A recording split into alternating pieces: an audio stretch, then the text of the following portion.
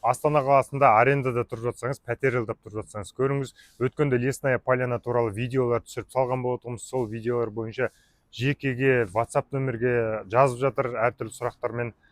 Кеше де бір оқырман сұрапты, қанша пайызбен ала аламыз, ипотеканың пайызы қанша болады деп.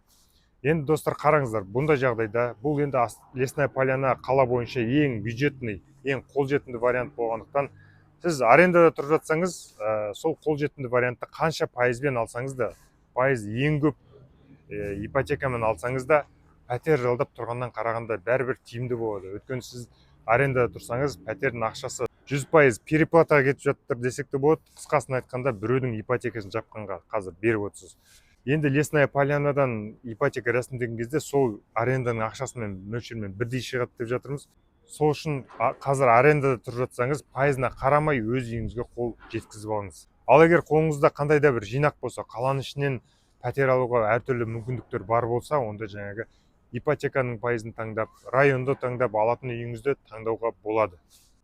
Ипотека туралы сұрақтар болса, WhatsApp нөмірге хабарласа береміз.